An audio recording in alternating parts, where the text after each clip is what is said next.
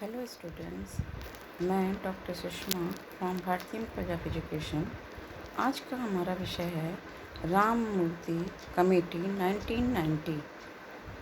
सर्वप्रथम 1986 national education policy जब राजीव गांधी की गवर्नमेंट बनी थी, उसके पश्चात जब गवर्नमेंट चेंज हुई, उस समय श्री विश्वनाथ प्रताप सिंह की गवर्नमेंट बनी और उनके बाद ही ये आवाज़ उठनी शुरू हो गई कि अब हमें नेशनल एजुकेशन पॉलिसी में कुछ चेंजेस लाने हैं।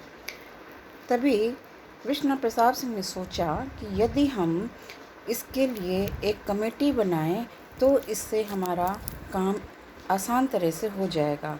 इसीलिए उन्होंने राम मूर्ति की अध्यक्षता में 17 मेंबर की कमेटी को गठित किया और उनको 3 स्टेप पर काम करने के लिए कहा। सबसे पहले कि हम इस पॉलिसी में किस तरह से चेंजेस ला सकते हैं, और इसके लिए दूसरा इन्होंने कहा कि हम इसको किस तरह से नीति को चेंज करके क्रियान्वयन यानी इम्प्लीमेंट कर सकते हैं। तीसरा इन्होंने कहा कि पॉलिसी के लिए हमें और कौन कौन से ऐसे स्टेप उठाने होंगे जिसको हम पूरे राष्ट्र में उसको चला सकें। इसीलिए इस सबसे पहले इस कमेटी ने इस पर काम किया कि हम इसका उद्देश्य क्या है उसको जानने की कोशिश करें, और इसीलिए उस पर उन्होंने काम करना शुरू किया कि शिक्षा का उद्देश्य ऐसा होना चाहिए जिससे बच्चों का सही ढंग से विकास हो सके, और उसके लिए उन्होंने बताया कि स्किल बेस्ड एजुकेशन हो, एमफुल एजुकेशन हो और सभी बच्चों को उसको फ़ायदा मिल सकेगा।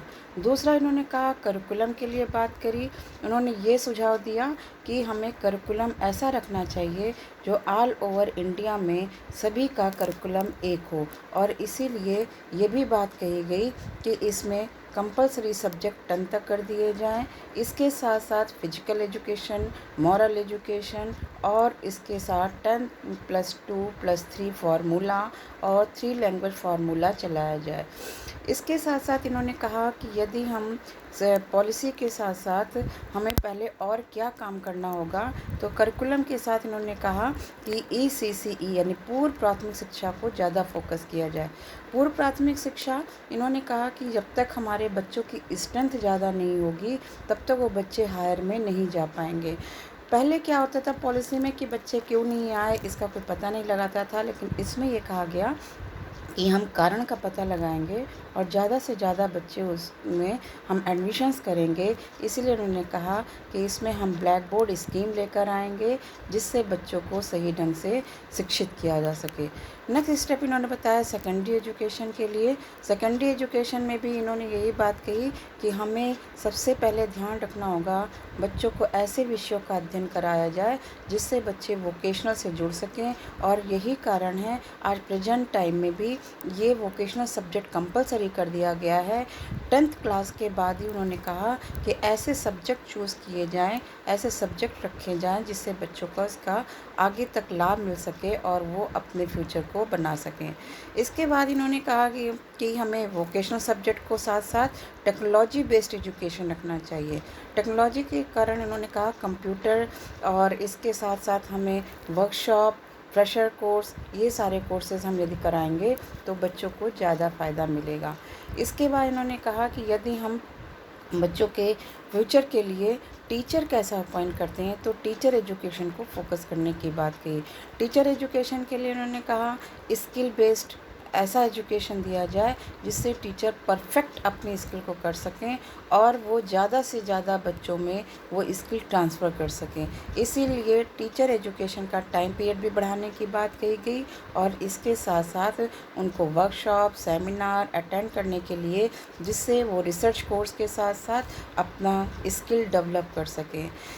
सबसे ज़्यादा फोकस इसमें वुमेन एजुकेशन एवं गर्ल्स एजुकेशन की बात कही। उन्होंने कहा कि पहले देखा गया कि बच्चों को, गर्ल्स को और स्त्रियों को एजुकेशन पे इस पर ज़्यादा ध्यान नहीं दिया जा रहा है। इसलिए इन्होंने कहा कि यदि हम गर्ल्स एजुकेशन और वुमेन एजुकेशन पे फोकस करेंगे तो वो नारी सशक्तिकरण, वुमेन एम्पावरमेंट के लिए आगे आ पाएंगी, और इसीलिए अब जितने भी हमारे कोर्सेज चलाए जा रहे हैं वो गर्ल्स और बॉयज़ को ध्यान में रखकर दोनों के लिए इम्प्लीमेंट किए जा रहे हैं।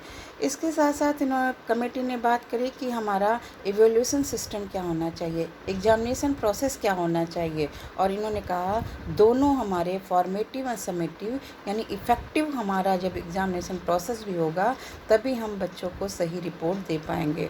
और आज हम यही देख रहे हैं, theoretical base and practical base दोनों फॉर्म में हमारे इवैल्यूएशन सिस्टम किया जा रहा है, एग्जामिनेशन प्रोसेस लिया जा रहा है, जिससे बच्चों को सही ढंग से हम रिपोर्ट कर पाते हैं, उनका सही रिजल्ट दे पाते हैं।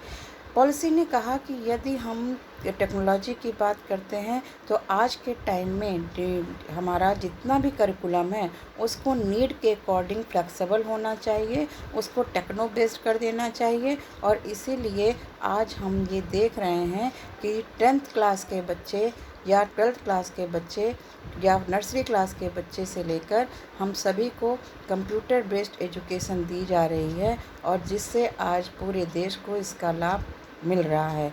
इसीलिए कमेटी की सबसे महत्वपूर्ण बात यह है कि इसके लिए कमेटी के लिए जो काम किया, पॉलिसी के लिए ये काम किया कि हम किस तरह से एजुकेशन क्वालिटी को इम्प्रूव करें और कोई भी यदि प्रॉब्लम आती है तो उसका सलूशन कैसे निकाल सकें। इसीलिए सबसे पहले हमें एजुकेशन पॉलिसी को ध्यान में रखते हुए विश्वनाथ प्रताप सिंह ने जो आचार्य राममूर्ति की कमेटी बनाई, उसको हम देख रहे हैं कि आज के टाइम में अधिक से अधिक उसका सक्सेस होना देख रहे हैं, जिससे आज सभी पूरे भारत में एक तरह की एजुकेशन इम्प्लीमेंट हो रही है, एक तरह से एवोल्यूशन सिस्टम इम्प्लीमेंट हो रहा है, और इसीलिए हम इसको इम्पोर्टेंस देते हैं।